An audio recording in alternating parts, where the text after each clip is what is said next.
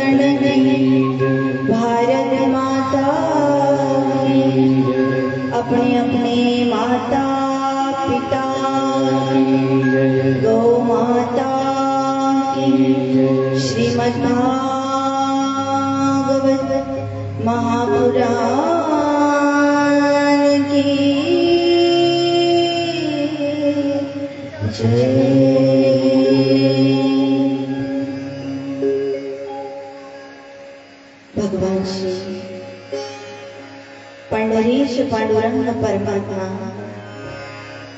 कैवल्य साम्राज्य चक्रवर्ती, विश्व माऊली संत श्रेष्ठ ज्ञानेश्वर महाराज, वैराग्य राग रसिक जगद्गुरु जगद्वंदनीय श्री संत तुकाराम महाराज, समर्थ सद्गुरु श्री गजानन बाबा, भोलेनाथ भगवान परमात्मा आदी करून सर्व संतांची मानणी असे करून सर्व संतांच्या कृपानुग्रहामुळे या पुण्य पावन पवित्र अशा भूमीवर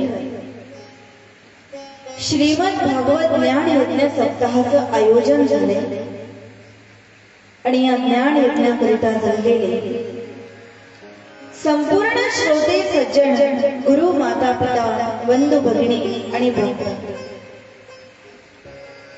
नैमिषारण्यामध्ये सुतजी महाराज शौनकादिक ऋषींना ही श्रीमद भागवत कथा सांगतायत आणि भगवत पूज्यपाद परमहंस परिव्राजकाचार्य शुकदेवजी महाराज राजा परीक्षितीला ही पावन कथा या ठिकाणी सांगतात. प्रथम दिवसापासून भगवान परमात्म्याच्या भक्तांचं संतांचं एक चरित्र आपण या ठिकाणी श्रवण करतो आहोत आणि आज आपल्या कथेचा चतुर्थ दिवस आहे. कालच्या कथा सत्रामध्ये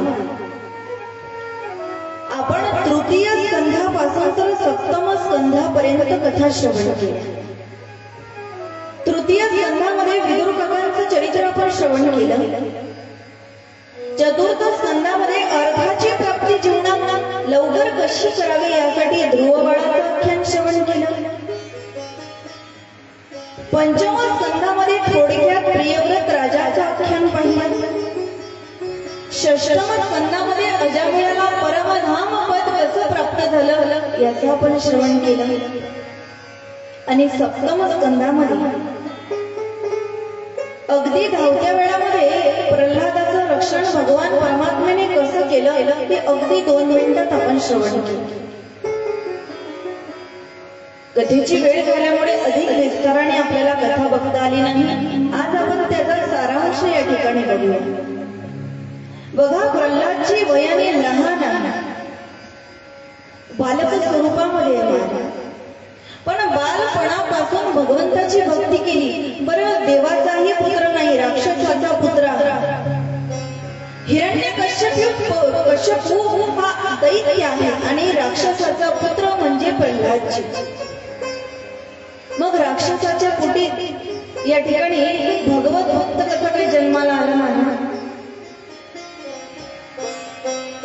तर एकदा हा हिरण्यकश्यपू मंद्राचल पर्वतावर गेलेला होता तपश्चर्या करण्यासाठी आणि बृहस्पतीला कळालं की हा जर त्या ठिकाणी तपश्चर्या करण्यासाठी गेला तर हा अमरत्व त्या ठिकाणी मागून घेईल आणि सगळ्यांवर दुराचार करेल.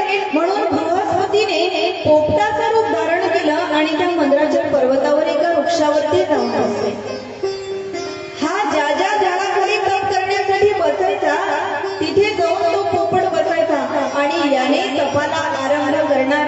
तत्पूर्वी तो पोपट उच्चारण करायचा, नारायण नारायण. आणि नारायण नावाचा तर पहिल्यांदा याला राग होता महाराज. हा दैत्य होता, देवाचा राग करणारा होता. पुन्हा पुन्हा दुसऱ्या झाडाखाली जाऊन बसला, पुन्हा नामोच्चारण करणार.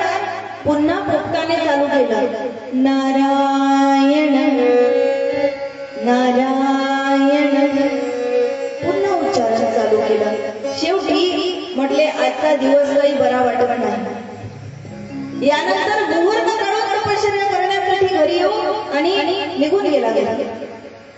कयाधूने दरवाजा उघडला. म्हटले तुम्ही तर 12 वर्ष तप करणार होता, एवढ्या लवकर घरी कसे काय आला? म्हटले अगं कयाधू, तुला काय सांगू, मी तप करण्यासाठी गेलो पण एक पोपट पक्षी त्या ठिकाणी बसलेला होता आणि तो काय म्हणत होता तुला माहितीये? काय म्हणत होता स्वामी? अगं तो असं म्हणत होता, नारायण. किती आनंद झाला असेल महाराज कयाधूला. ज्या स्त्रीचा नवरा कधीच देवाचं नाव घेत नाही, एखाद्या दिवशी जर घेतलं तर त्या स्त्रीला किती आनंद होत असेल. तसा आनंद कयाधूला झाला. जो कायम देवाचा द्वेष करणारा आहे, आज देवाचं नाव याच्या मुखामध्ये आलं. आनंद झाला कयाधूला. कयाधू म्हणायला लागले, स्वामी पण मला काही खरं वाटत नाही. त्याने खरंच नारायण म्हटलं, त्यानं दुसरं काहीतरी म्हटलं असेल. नाही कयाधू, त्याने नारायणच म्हटलं. पण स्वामी तुमचं लक्ष आहे का, त्याने नक्की नारायणच म्हटलं का? हो, त्याने नारायणच म्हटलं. पण स्वामी मला सांगा ना, तो नारायण कसा म्हणत होता? म्हणजे ओरडून ओरडून म्हणत होता की हळू म्हणत होता? अगं तो स्वरात म्हणत होता, नारायण.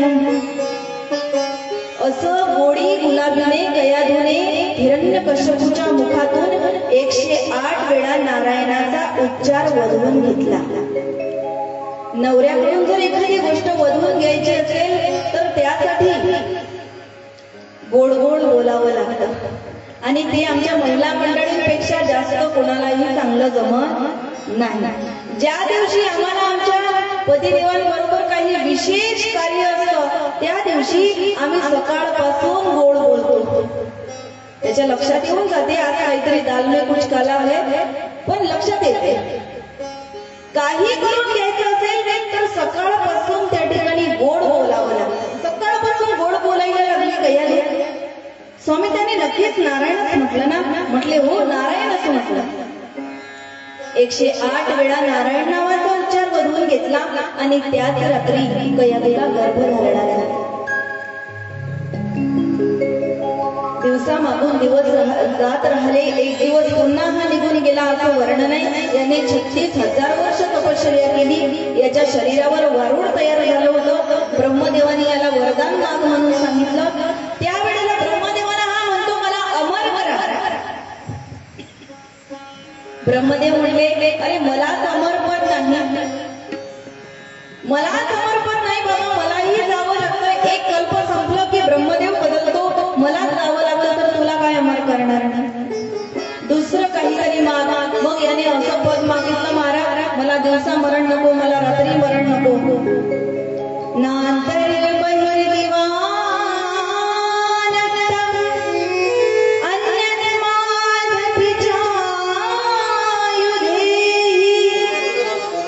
न भूमो न अंबरे मृत्युर न नरेर्न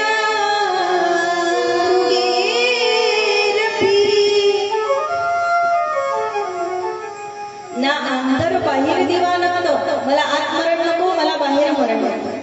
अन्य स्मादपी चायुरे, मला कुठल्याही आयुधाने अस्त्राने शस्त्राने मरण नको. न भूमो न अंबरे मृत्यू, मला भूमीवरही मरण नको, मला आकाशातही मरण नको. न नरेर न मृगेरपी, मला मृगाच्याही म्हणजे प्राण्याच्याही हातून मरण नको, मला मानवाच्याही हातून मरण नको. मला 12 महिन्यात कुठल्याच महिन्यामध्ये मरण नको. जवळपास याने अमर पदच मागून घेतलं महाराज. ब्रह्मदेव म्हणले, तथा तुला मागायचं ते माग. तुला मारणारा माझा भगवान परमात्मा माझा बाप वरती बसलेला आहे, यामधूनही मार्ग काढून तो तुला मारणार. हा दुराचार करायला लागला आणि याचा दुराचार एवढा वाढलेला होता की इकडे याचा दुराचार वाढत गेला, तिकडे भक्त प्रल्हादाचा जन्म झाला. आणि प्रल्हादजी बालपणापासूनच भगवंताचे भक्त होते.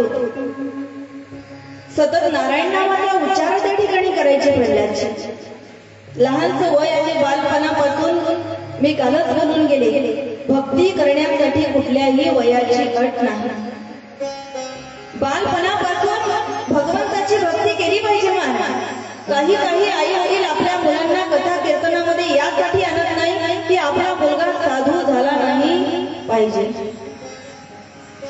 समजा कथा ऐकून जर त्याला वैराग्य निर्माण झालं आणि देवीजींच्या मागे निघून गेली मुलगी तर साधू झाला मुलगा तर, म्हणून बरेच आई वडील कथा कीर्तनामध्ये मुलांना आणत नाही.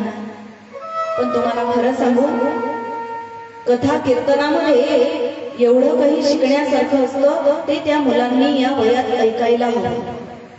कथा कीर्तनात केवळ ज्ञान वैराग्याच्या गोष्टी सांगितल्या जात नाही, आदर्श संसार कसा करायचा हे सुद्धा सांगितल्या जातात. एकदा एक स्वामीजी एका गृहस्थांना म्हटले, बाबा आप हमेशा हमारे कथा कीर्तन में आते हो लेकिन अपने बच्चों को कभी नहीं लाते.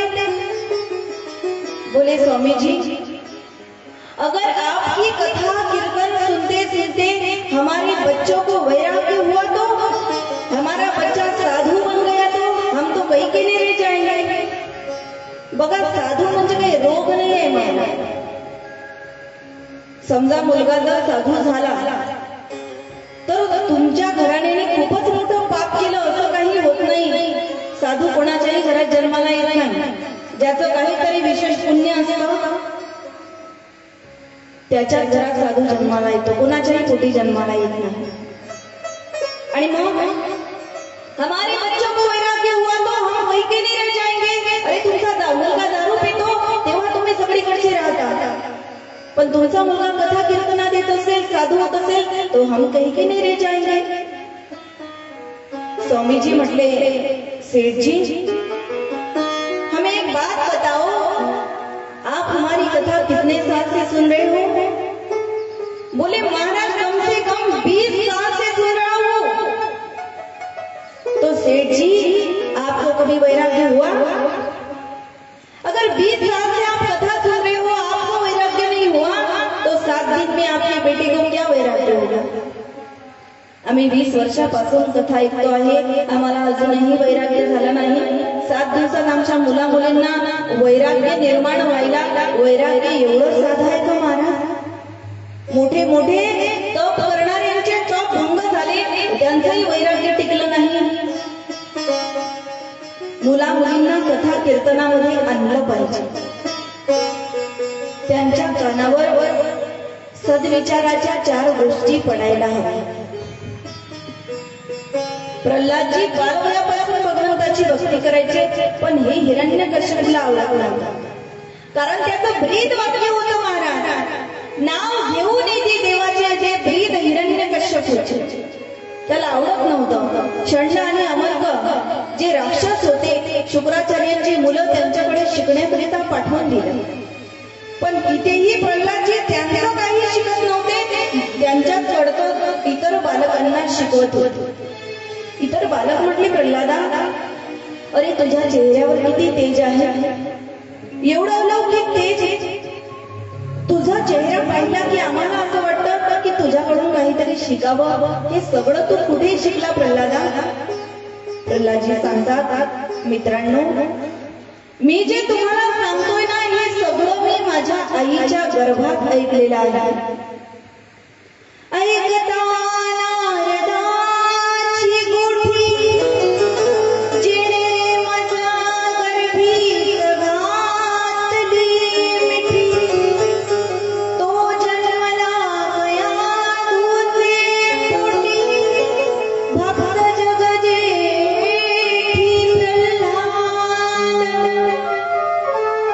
माझ्या आईच्या उदरात ऐकलंय मी, कारण माझी आई गर्भवती होती त्यावेळेला माझी आई काही दिवस नारदांच्या आश्रमामध्ये राहिलेली होती.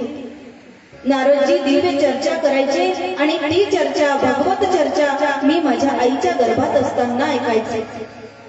आणि म्हणून प्रल्हाद सुद्धा या इतर बालकांना इतर जे राक्षस पुत्र होते यांना सुद्धा प्रल्हादजी स्वतः जवळचं तत्वज्ञान द्यायचे. अलौकिक असं तत्वज्ञान त्या ठिकाणी दिलं. भागवतामध्ये वर्णन आहे, कौमार आचरित प्राज्ञो धर्मान भागवतानिह दुर्लभम मानुषम जन्म तदप्य ध्रुव मर्थद. भगवंताची भक्ती प्रल्हादजी म्हणतात, हे मित्रांनो बालपणापासून भगवंताची भक्ती केली पाहिजे, नाहीतर मग एक दिवस या जीवनाचा असाच निघून जातो. बालपण गेले नीळता, तारुण्य दशे विषया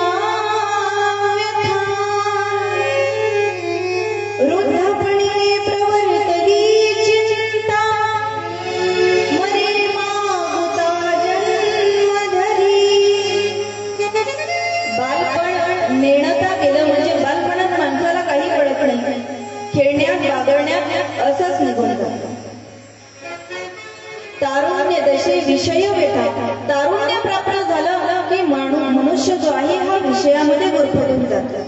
मग काय होतं महाराज, वृद्धपणे प्रवर्तली चिंता, मरे मागुता जन्म दिला. म्हातारपण आलं की याला असं वाटतं आता आपण देवाचं नाव घेऊया. पण मला खरं सांगा, म्हातारपणात देवाचं नाव घेता येतं का महाराज? म्हातारपणात राम म्हणता येत नाही. मग म्हाताऱ्याला म्हणावं लागतं, आजोबा राम म्हणा, राम तू लांब लांब लांब. मग देवही कसा त्याच्यापासून लांब लांब लांब निघून जातो महाराज. साधं उदाहरण आहे, भगवंताची जर पूजा करायची असेल तर आपण ताजं फुल देवाला वाहतो की सुकलेलं फुल वाहतो? महिला मंडळ झोपल्या का काय? आत ना जाग्या. काल रात्री मी कीर्तनाला गेले होते नागपूर जवळ सावनेरला. तिथल्या महिला मंडळ एवढ्या बोलायच्या, मला असं वाटलं मला 12 वर्षापासून ओळखतात त्या. फार बोलक्या होत्या. सुंदर नियोजन होतं. तिथे जाऊन फार आनंद वाटला. म्हटले इथेच मुक्काम करा. म्हटले नाही, माझे मायबाप इथे वाट बघतायत, मी थांबू शकत नाही. रात्री 3 वाजता आलो, 4 वाजता झोपलो, 8 वाजता उठलो आणि तुमच्या सेवेसाठी या ठिकाणी पुन्हा उपस्थित. तर बालपण हे एका सुंदर फुलासारखं असतं. देवाची पूजा करायची असेल तर आम्ही कालचं सुकलेलं फुल देवाला वाहत नाही, ताजं फुल वाहतो. मग हे ताजं फुल म्हणजे आमचं बालपण आणि सुकलेलं फुल म्हणजे म्हातारपण. मग ह्या ताज्या वयामध्ये जर आम्ही देवाची भक्ती केली नाही तर म्हातारपणात भगवंत भक्ती कबूल करेल का आमची? नाही. बचपन बीता खेल खेल में भरी जवानी सोया.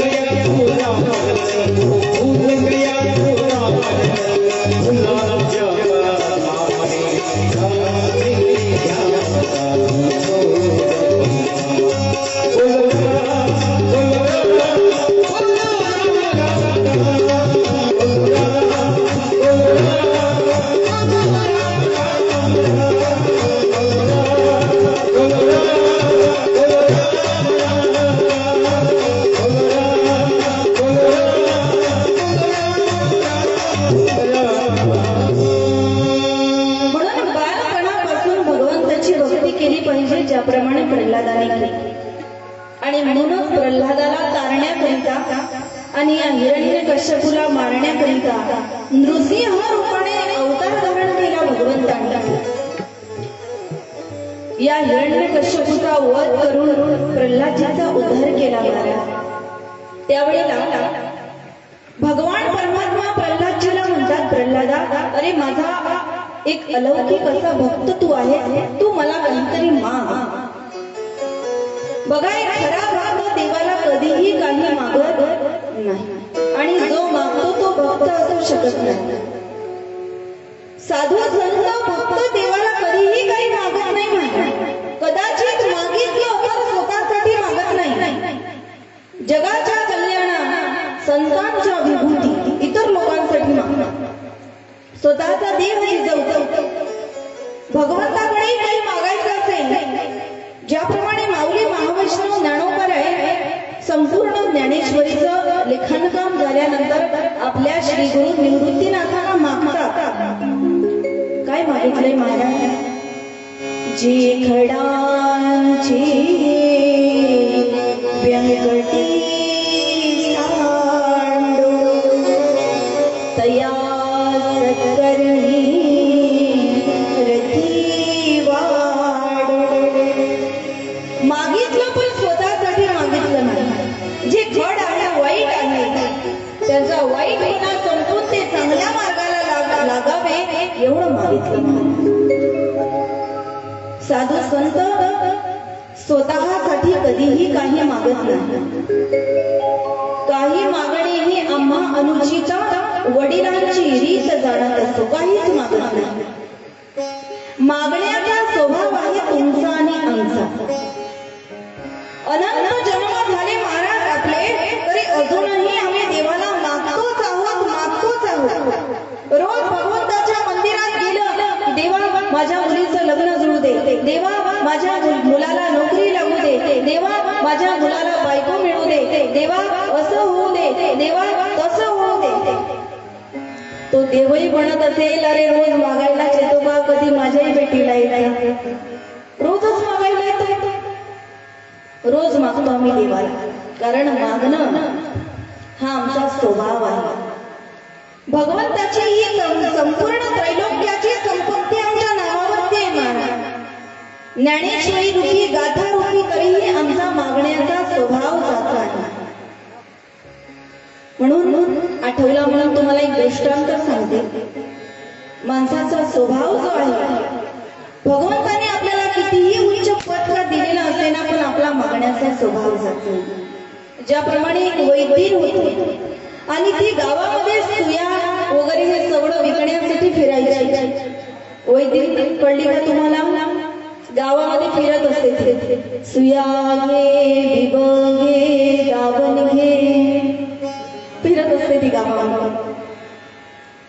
आणि दिसायला एवढी सुंदर होती महाराज, एवढी सुंदर होती दिसायला, की त्या नगराचा जो राजा होता तो तिच्यावर मोहित झाला. एवढी सुंदर, त्या राजाचं तिच्यावर प्रेम झालं. म्हणून तिला लग्नाची मागणी मागण्यासाठी गेली. तेव्हा ती म्हणाली, हे बघ, तुला जर माझ्याशी लग्न करायचं असेल तर तुला माझ्या बापाशी बोलावं लागेल, कारण आमच्या विदर्भामध्ये लग्न करण्यासाठी आईवडिलांसोबत बोलणं महत्वाचं आहे. गेला राजा तिच्या बापाकडे. बापाला वाटलं, माझी मुलगी रोज गावामध्ये भाकरी मागण्यासाठी फिरते आणि जर ही राजाची राणी होत असेल तर माझ्यासारखा भाग्यवान बाप कोण असेल. लग्न लावून दिलं म्हणून लग्नाची जय्यत तयारी झाली. एवढ्या थाटामाटात लग्न लागलं.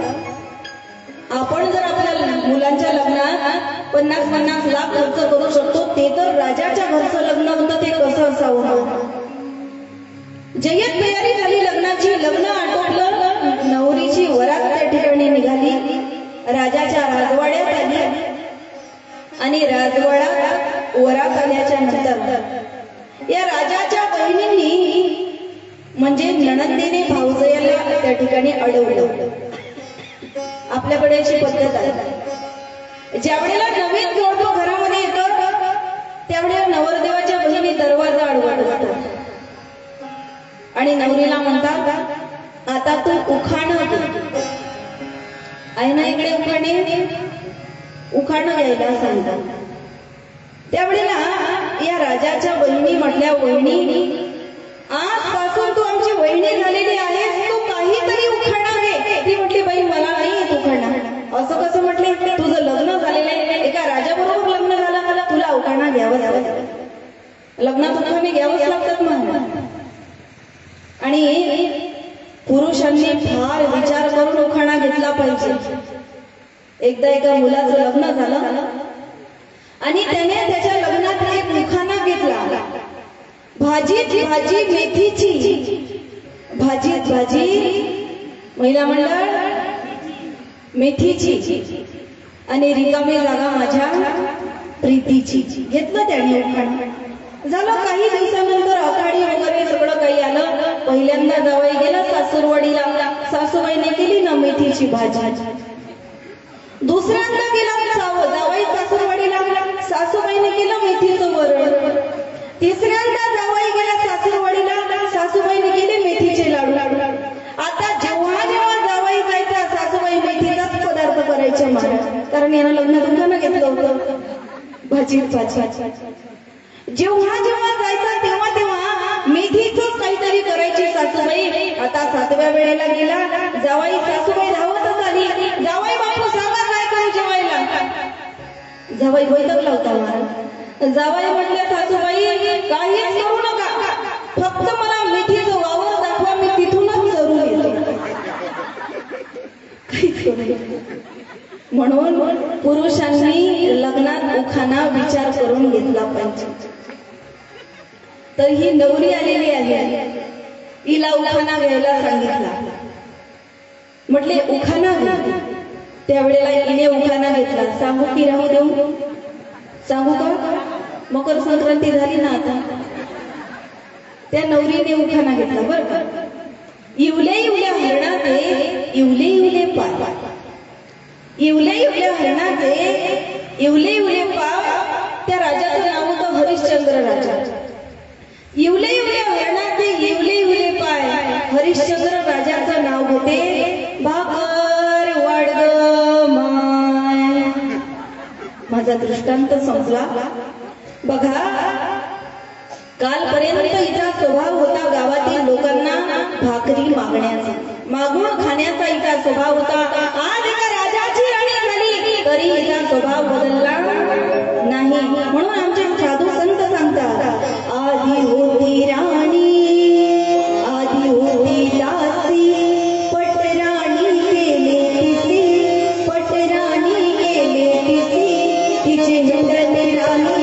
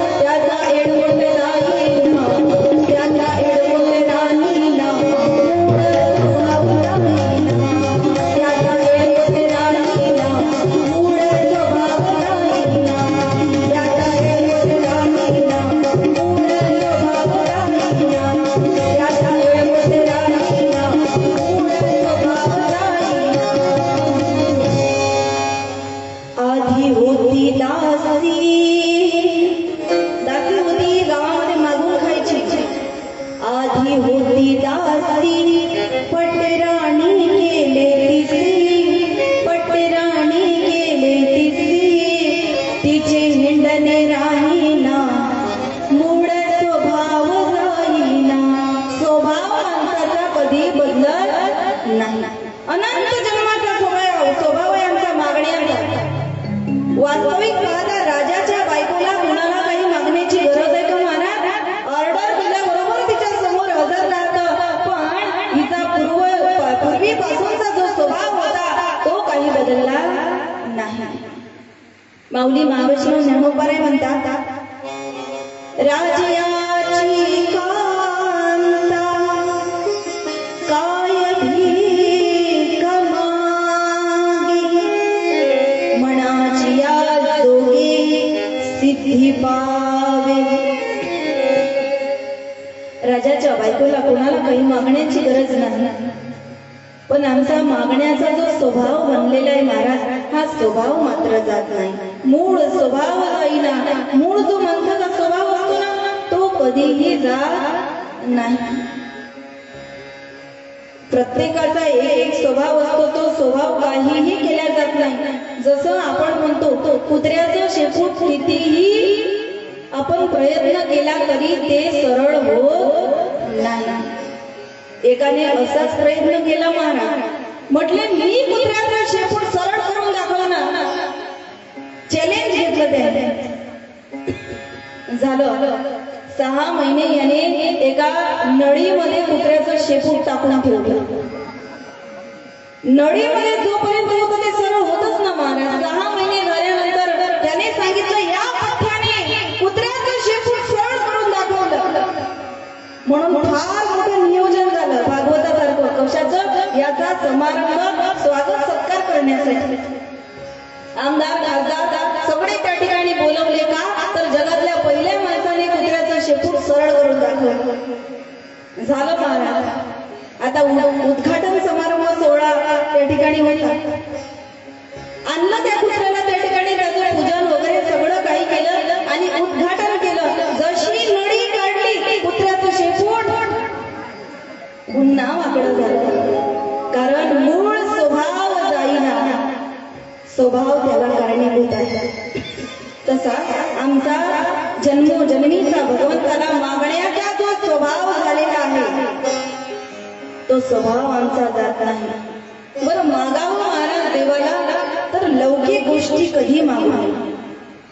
मला घर दे, दार दे, हे दे ते दे.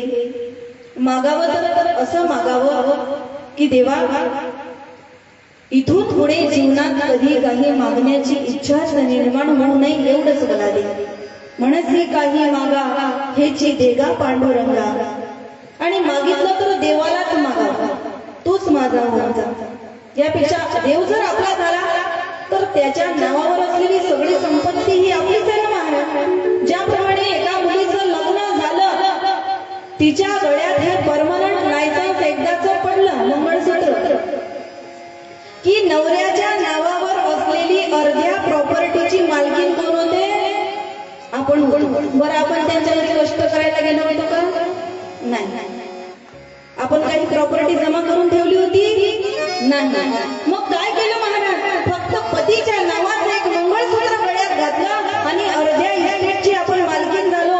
मग विचार करा, सामान्य नवऱ्याच्या नावाचं मंगळसूत्र गळ्यात घातल्याने जर अर्धी इस्टेट आपल्या नावावर होत असेल तर तो संपूर्ण जगाचा बाप भगवान परमात्मा त्याच्या नावाची तुळशीची माळ जर गळ्यात घातली तर तो काय नाही देऊ शकणार महाराज आम्हाला? सगळं काही देऊ शकतो तो भगवान परमात्मा. देना हो दीजिए जन जन देना हो दीजिए जन जन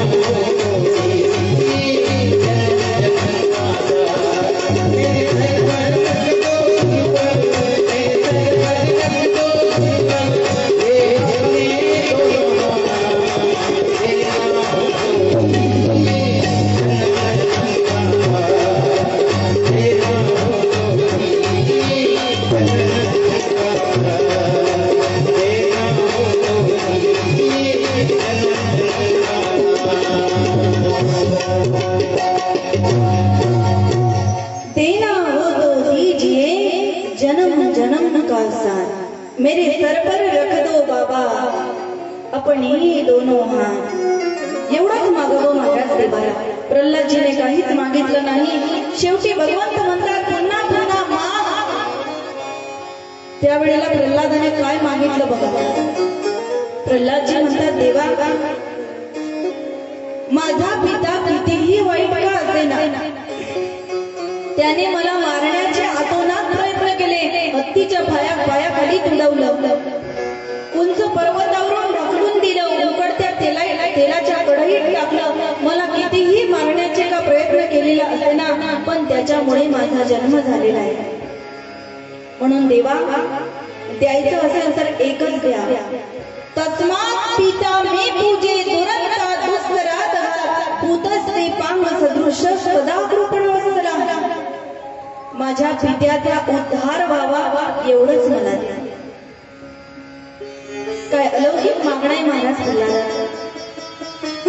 ज्या प्रल्हादाला मारण्यासाठी त्याच्या बापाने एवढे भयंकर प्रयत्न केले, मरत नव्हता म्हणून त्याच्या बहिणीला, प्रल्हादाची आत्या आहे होलिका, त्या होलिकेच्या मांडीवर बसवलं. कारण तिला वरदान होतं, तिला अग्नी स्पर्श करत नव्हतं.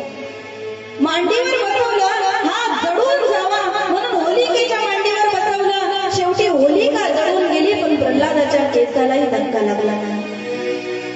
कारण जागो राखे साईया मार सके ना कोई, बालन मागा हो सके जो जग पेरी होय. ज्याचं रक्षण करणारा भगवंत आहे त्याच्या केसालाही कोणी धक्का लावू शकत नाही. देव सखा जरी जग अवघे कृपा करी. आणि मग असा प्रल्हादजी ज्या पित्याने मारण्याचे एवढे प्रयत्न केले त्याच्याच उद्धाराची भाषा या ठिकाणी करतो आहे. त्यावेळेला नृसिंह भगवंत म्हटले प्रल्हादा, अरे हे काय सांगण्याची गरज आहे का? तुझ्यासारखा महान भगवत भक्त ज्या कुणात जन्माला येतो त्याच्या 21 पिढ्यांचा उद्धार हा आपोआप होत असतो. तुझा बापही उतरून जाईल, चिंता करू नको. म्हणून त्या तृतीय स्कंधामध्ये आपण प्रल्हादजीचं वर्णन काल करायचं राहून गेलो होतं. अगदी सार आज आपण या ठिकाणी पाहिला. यानंतर शुकदेवजी महाराज राजाला अष्टम स्कंदाच्या कथा या ठिकाणी सांगतात. गोपाल कृष्ण भगवान की जय म्हणा. गोपाल कृष्ण भगवान की. तुमची चार्जिंग जरा हळूहळू होऊन राहिली. चार्जिंग फास्ट मध्ये झाली पाहिजे बरं का. आज भगवान परमात्म्याचा जन्मोत्सव आहे आणि आज कमीत कमी आपली सर्वांची चार्जिंग ही 60% तरी गेली. 40% आली आहे चार्जिंग, आज 60% गेली पाहिजे.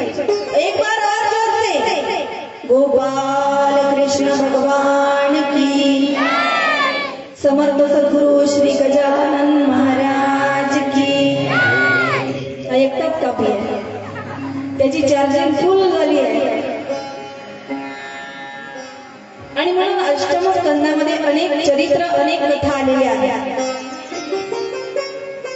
प्रथम अध्यायामध्ये मनु महाराजांचं चरित्र सांगितलं. त्यानंतरच्या 3 अध्यायामध्ये गजेंद्र मोक्षाची कथा सांगितली. त्यानंतरच्या 10 अध्यायामध्ये समुद्र मंथनाची कथा सांगितली. त्यानंतरच्या 9 अध्यायामध्ये बलिराजा आणि पटू वामन भगवान परमात्मा यांचं चरित्र सांगितलं. आणि अष्टम स्कंदाच्या शेवटच्या अध्यायामध्ये मत्स्यावतार सांगितलेला आहे. तर अगदी थोडक्यामध्ये ज्या ज्या कथा आपल्याला या ठिकाणी विस्ताराने बघता येईल त्या विस्ताराने, आणि ज्या विस्ताराने नाही बघता आल्या त्या थोडक्यामध्ये आपण श्रवण करूया. मनु महाराज आपली पत्नी शतरूपा हिच्या बरोबर संपूर्ण राज्य वैभवाचा त्याग करून वनामध्ये निघून गेले. भजन, चिंतन, नामस्मरण त्या ठिकाणी करायला लागले. बरं, स्वतःच करत नव्हते महाराज, स्वतः करायचे आणि इतर लोकांनाही सांगायचे तुम्ही देवाचं भजन करा, तुम्ही चिंतन करा. पण आजही बऱ्याच लोकांचा देवावर विश्वास बसत नाही. बरेच लोक म्हणतात या जगात देवच नाही. तुम्ही जांभळ आहे ना का देव? मी फक्त 3च तास झोपते. वाटते का तुम्हाला मी झोपेत असल्यासारखी वाटते का? कथा जर मन लावून ऐकली तर आपल्याला जांभई हे महिला मंडळ झोपल्या जाग्या झाल्या पाहिजे. काही अशा झोपल्या असेल आणि असं म्हटलं की अशा उठून जातात एकदम, म्हणून मी म्हणत असते मध्ये मध्ये. तर स्वतःही करायचे आणि इतरांनाही सांगायचे. काही लोक या जगात देवाला न मानणारे हे नास्तिक लोक आहे, जे देवालाच मानत नाही, म्हणतात या जगात देवच नाही. का नाही महाराज? कारण जी गोष्ट दिसते त्याला लोक सत्य मानतात, जी दिसत नाही त्याला लोक सत्य मानत नाही. एकदा एक वारकरी आजोबा होते आणि वारकरी आजोबांचा एक फार सुंदर असा एक नातू होता. आजोबाने नातवावर चांगले संस्कार केले होते. सकाळी उठायचे, देवाला गंध लावायला सांगायचे, नमस्कार करायला लावायचे. शाळेत जात असताना घरातील मोठ्या माणसांना नमस्कार करायला सांगायचे. आणि नातूही तसा करायचा. एक दिवस नातू शाळेमध्ये गेला आणि शाळेमध्ये गेल्याच्या नंतर गुरुजींनी शाळेमध्ये शिकवलं, हे बघा मुलांना, या जगात देव नाही. का? कारण जी गोष्ट डोळ्याने दिसते ती आहे समजायची आणि जी डोळ्याने दिसत नाही ती नाही समजायची. देव आपल्याला कधी दिसलाच नाही तर तो या जगामध्ये आहेच नाही असं आपण समजायचं. सगळ्या मुलांच्या डोक्यात भरून दिलं महाराज गुरुजींनी. दुसऱ्या दिवशी हा नातू आजोबांनाही नमस्कार केला नाही, देवालाही नमस्कार केला नाही, कपाळाला टिळाही लावला नाही आणि शाळेमध्ये जाण्यासाठी निघाला. त्यावेळेला आजोबा म्हणतात, बाळ तू काही विसरतो आहेस का? म्हटले, नाही आजोबा, मी काही विसरत नाहीये. अरे पण तू कपाळाला टिळा लावला नाही, कुणाला नमस्कार केला नाही, देवालाही नमस्कार केला नाही. म्हटले, आजोबा या जगात देवच नाही. कोण म्हणाला तुला? आजोबा, आमच्या गुरुजींनी शिकवलं शाळेमध्ये, जी गोष्ट दिसते ती आहे समजायची, जी दिसत नाही ती नाही समजायची. म्हटले, असं का? जा तू शाळेमध्ये. याला शाळेमध्ये जाऊ दिलं आणि मागोमाग आजोबा सुद्धा गेले. आजोबा गेल्याबरोबर शिक्षकांनी स्वागत केलं. आजोबा बऱ्याच दिवसांनी आला, कसं काय येणं केलं? म्हटले, काही नाही, विचार केला प्रश्न विचारा. म्हटले विचारा ना, माझे विद्यार्थी एवढे हुशार आहेत, तुम्ही कुठल्याही प्रश्नाचं उत्तर विचारलं अचूक सांगा. त्यावेळेला पहिला प्रश्न विचारला आजोबांनी या विद्यार्थ्यांना. सांगा बरं मुलांना, आपण ज्या देशामध्ये राहतो या देशाचं नाव काय? सगळ्या मुलांनी एका स्वरात सांगितलं, गुरुजी आपल्या देशाचं नाव आहे भारत. आता माझा दुसरा प्रश्न आहे, याचं उत्तर ज्याला येत असेल त्याने फक्त हात वर करायचा आणि ज्याला येत असेल त्याने पटकन सांगून टाकायचं. गुरुजी म्हटले विचारा ना, तुम्हाला कुठला का प्रश्न विचारायचा असेल कुठलाही विचारा. विद्यार्थी फार हुशार आहे का विचार. आजोबा म्हटले सांगा बरं मुलांना, तुमच्या गुरुजीला अक्कल आहे का?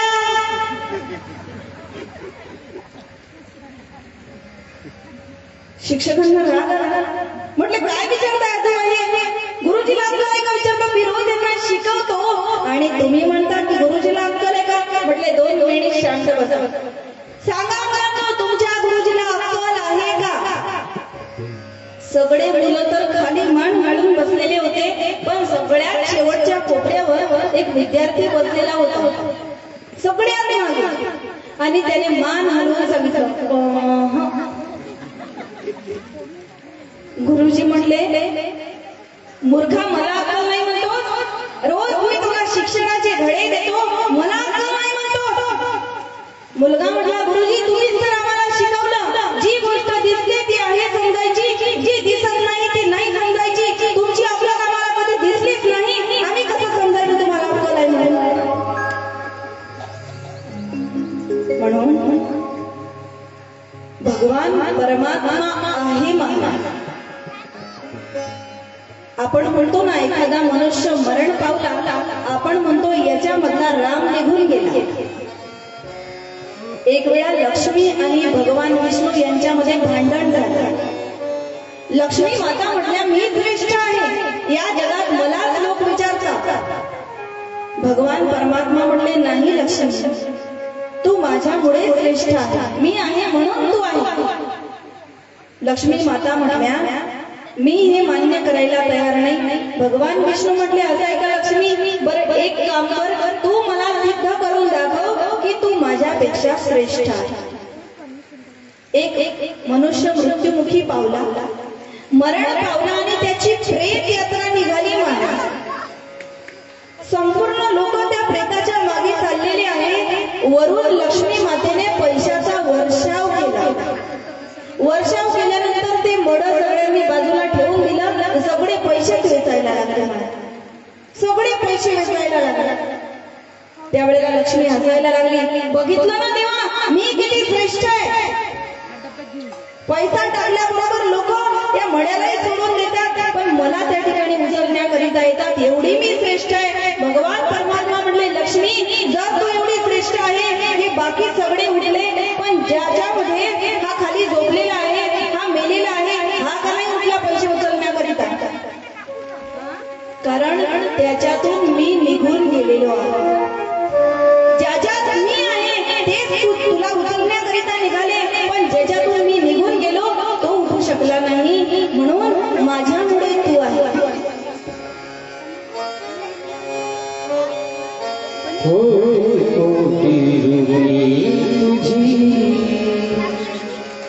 कोटि सूर्य चंद्र तारे,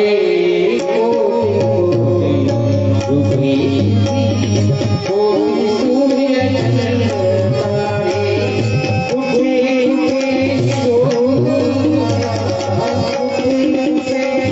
शोध तुझे सरे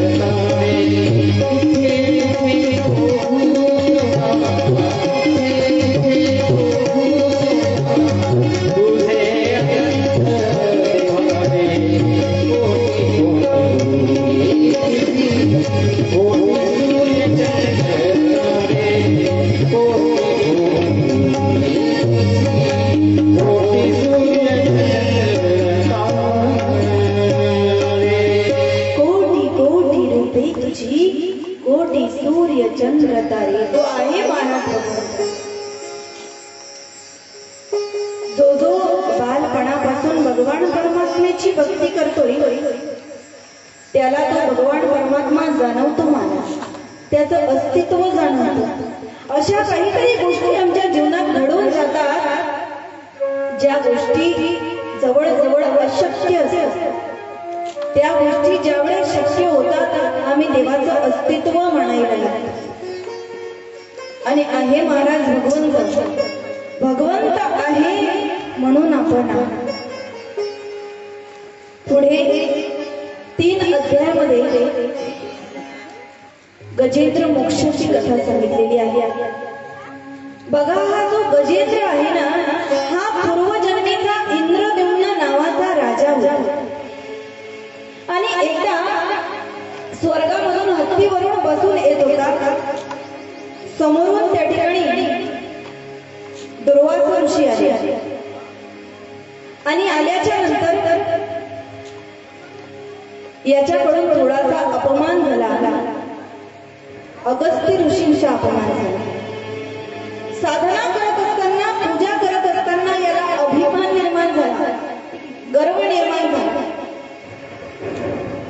आणि त्यावेळेला अगस्त्य ऋषींनी या राजाला श्राप दिला, अरे तू एवढा मदोन्मत्त झालेला आहे, साधना करत असताना, पूजा करत असताना तू उठून सुद्धा येऊ शकत नाही, मला थांबण्याकरिता सांगतोस. मदोन्मत्त झाला ना तू, जा तू हत्ती होशील, गजेंद्र होशील. शाप दिला महाराज. म्हटले महाराज चूक झाली माझ्याकडनं, मला उशाप द्या. त्यावेळेला उशाप दिला की भगवान परमात्मा तुझा उद्धार करेल म्हणून हा इंद्रद्युम्न नावाचा राजा गजेंद्र म्हणून जन्माला आला. हत्ती झाला, पण जरी हत्ती झाला तरी याच्याकडे संपत्ती काही कमी नव्हती. किती संपत्ती होती तर शुकदेवजी महाराज भागवतामध्ये वर्णन करतात. आसिद्धीवरो राज त्रिकुटा इति विश्रुतः शिरोदेनावृत श्रीमान् योजना इति मोश्रितः. आसित गिरीवरो राजा, त्रिकूट नावाच्या पर्वतावर असाच राहला. त्रिकूट नावाच्या पर्वतावर हा हत्ती म्हणजे गजेंद्र आपल्या परिवाराबरोबर राहत होता. एक दिवस जलक्रीडा करण्याकरिता सरोवरामध्ये गेलेला आणि जलक्रीडा करायला लागला. क्रीडा करता करता या गजेंद्राचा पाय एका नगराने म्हणजे एका मगराने त्या ठिकाणी पकडलेला. अगोदरच मदोन्मत्त झालेला होता. म्हटला एवढाचा क्षुल्लक जीव काय बिघडवणार माझं, म्हणून चिडकारण्याचा प्रयत्न केला. तरीही मगर पाय सोडत नव्हता. जवळपास या मगराचा आणि गजेंद्राचं 1000 वर्षापर्यंत युद्ध सुरू राहिलं, तरीही पाय सोडला नाही. शेवटी काय केलं महाराज, तर नातेवाईकांची मदत मागायला लागला गजेंद्र. याच्या संपूर्ण नातेवाईकांनी एक साखळी बनवली आणि याला ओढायला लागले, पण ओढल्याही जात नव्हता. उलट उलट तो मगर आणखी पाण्यामध्ये खेचायला लागला. बराच वेळ झाला महाराज. आतापर्यंत नातेवाईक, परिवार, सगळे सोयरे, मित्र, पती, पत्नी, मुलं, नातू सगळे होते, पण एक एक एक एक करून सगळे याला सोडून जायला लागले. शेवटी पत्नी राहिली होती. पत्नी तरी कुणीपर्यंत सोबत येणार महाराज. आमचे साधू संत सांगतात, धनानी भूमो पशवश्च गोष्टी भार्या गृहद्वारी जन स्मशाने देहाश्रिताया परलोक मार्गे कर्मानुभोगश्चति जीव एकः. धनानी भूमो, माणूस मेल्यानंतर त्याचं धन, पूर्वी बँकेची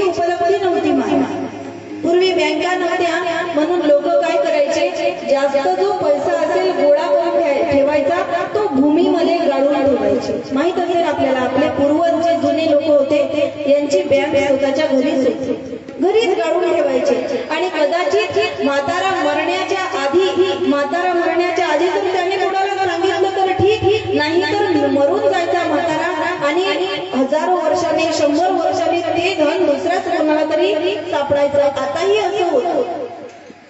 बऱ्याच लोकांना घराचं बांधकाम करताना म्हणा की काही खोदकाम करताना म्हणा धन सापडतं आणि आपण म्हणतो ते धन माणसाला लाभी लागत नाही का?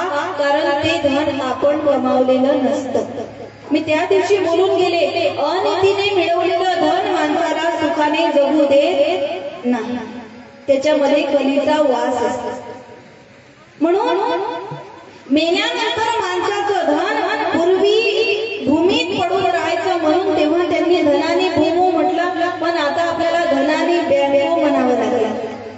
कारण आता मेल्यावर बँकेतच असतं समाधान. धनाने भूमो पशवश्च गोष्टी पशु गोठ्यात पडून राहतात. भार्या गृहद्वारी पत्नी पतीवर कितीही का प्रेम करणारी असेल तर ती फक्त दरवाजाच्या उंबरठ्यापर्यंतच पतीच्या सोबत येते, तिला स्मशानापर्यंत सुद्धा लोक येऊ देत नाही. भार्या गृहद्वारी जन स्मशाने, गावातील हे जनलोक आहे हे स्मशानापर्यंत येतात, परंतु तेही स्मशानापासून आपापल्या घरी परत निघून जातात. आणि मग या जीवाला कर्मानुगो गच्छती जीव एकहा, जीवनभर जे कर्म केले ते कर्म सोबत घेऊन एकट्याला जावं लागतं. आणि म्हणून जन्माला आलेला प्रत्येक व्यक्ती कधीतरी मरणार आहे, सोबत आमच्या काहीही जाणार नाही. पण या मायेमध्ये एवढं गुरफटलेलो आहोत आम्ही, हे कधी सोडून जाईल आम्हाला सांगता येत नाही. दोन ओंडक्याची होते भेट सागरात, दोन ओंडक्याची होते सागरात भेट, एक लाट तोडी दोघा पुन्हा गाठ. दोन ओंडक्याची होते सागरात भेट, एक लाट तोडी दोघा पुन्हा गाठ, एक लाट तोडी दोघा पुन्हा गाठ. नवे नवे संत एकनाथ महाराज म्हणतात, हा सगळा मायेचा बाजार आहे. या संसारामध्ये जगत असताना घरातला जो पुरुष म्हणा की कर्ता व्यक्ती आहे, रात्रदिवस आपला परिवार जगावा, आपला परिवार सुखाने राहावा म्हणून प्रयत्न करत असतो. महाराज आम्ही मर प्रयत्न करतो आमचे नाते टिकवण्यासाठी, आमच्या नात्यांचा सांभाळ करण्यासाठी. पण कोरोनाच्या काळात प्रत्येकाला माहिती झालं का नाही कुणाचे कोणी, तुझे नवे रे कोणी, अंती जाशील एकला प्राण्या माझे माझे म्हणून. कोणीच कोणाचं नाही. सख्या मुलाने फोन करून सांगितलं दवाखान्यात बाप मेला तर तिकडेच पेटवून द्या, घरी फोन करायचा. या मायेमध्ये गुरफटलेलो आहोत महाराजांना. संत एकनाथ महाराज म्हणतात, नाही कुणाचे कुणी,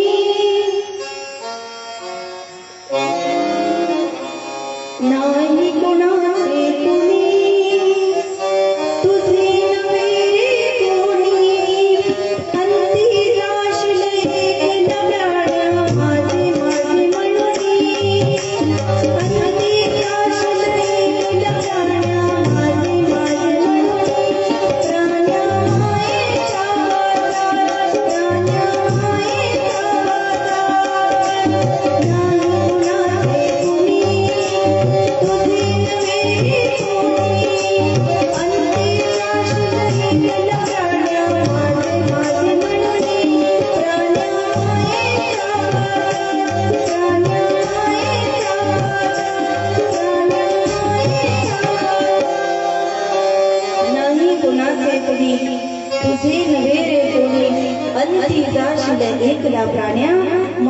माझे म्हणून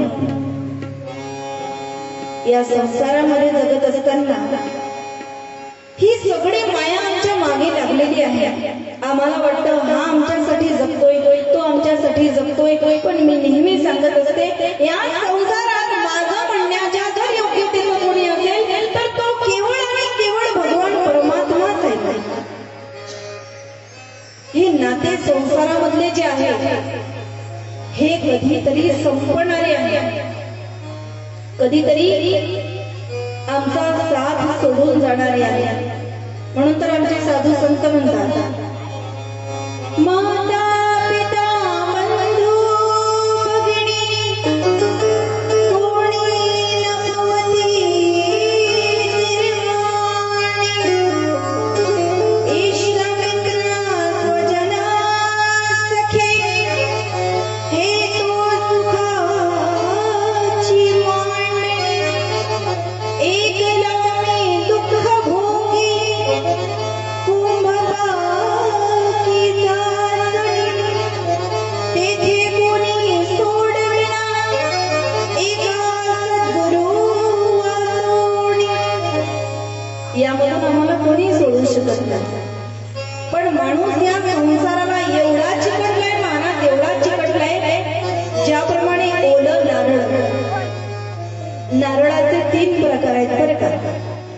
एक ओलं नारळ, दुसरं कोरडं नारळ आणि तिसरं जे नारळ आहे त्याला काही भागात खौट नारळ म्हणतात, खराब झालेला, जे कशाच्याच उपयोगी पडत नाही, ना खाण्याच्या उपयोगी पडतं, ना भाजीच्या उपयोगी पडतं, ना पूजेच्या उपयोगी, कशाच्याच उपयोगी पडत नाही.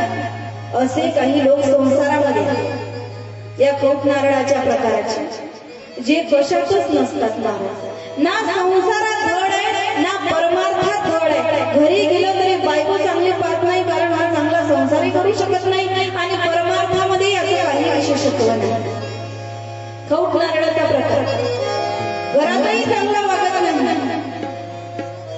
आणि त्याला जर तुम्ही म्हणा चला ना आपल्या गावामध्ये भागवत सप्ताह चाललेला आहे, चला ना, नाही म्हणले आलो असतो, पण आज नाही माझी तब्येतच बरी नाही, आलो असतो पण मला त्यांनी निरोपच पाठवला नाही.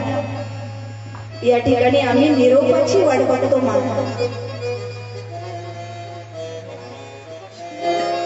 नको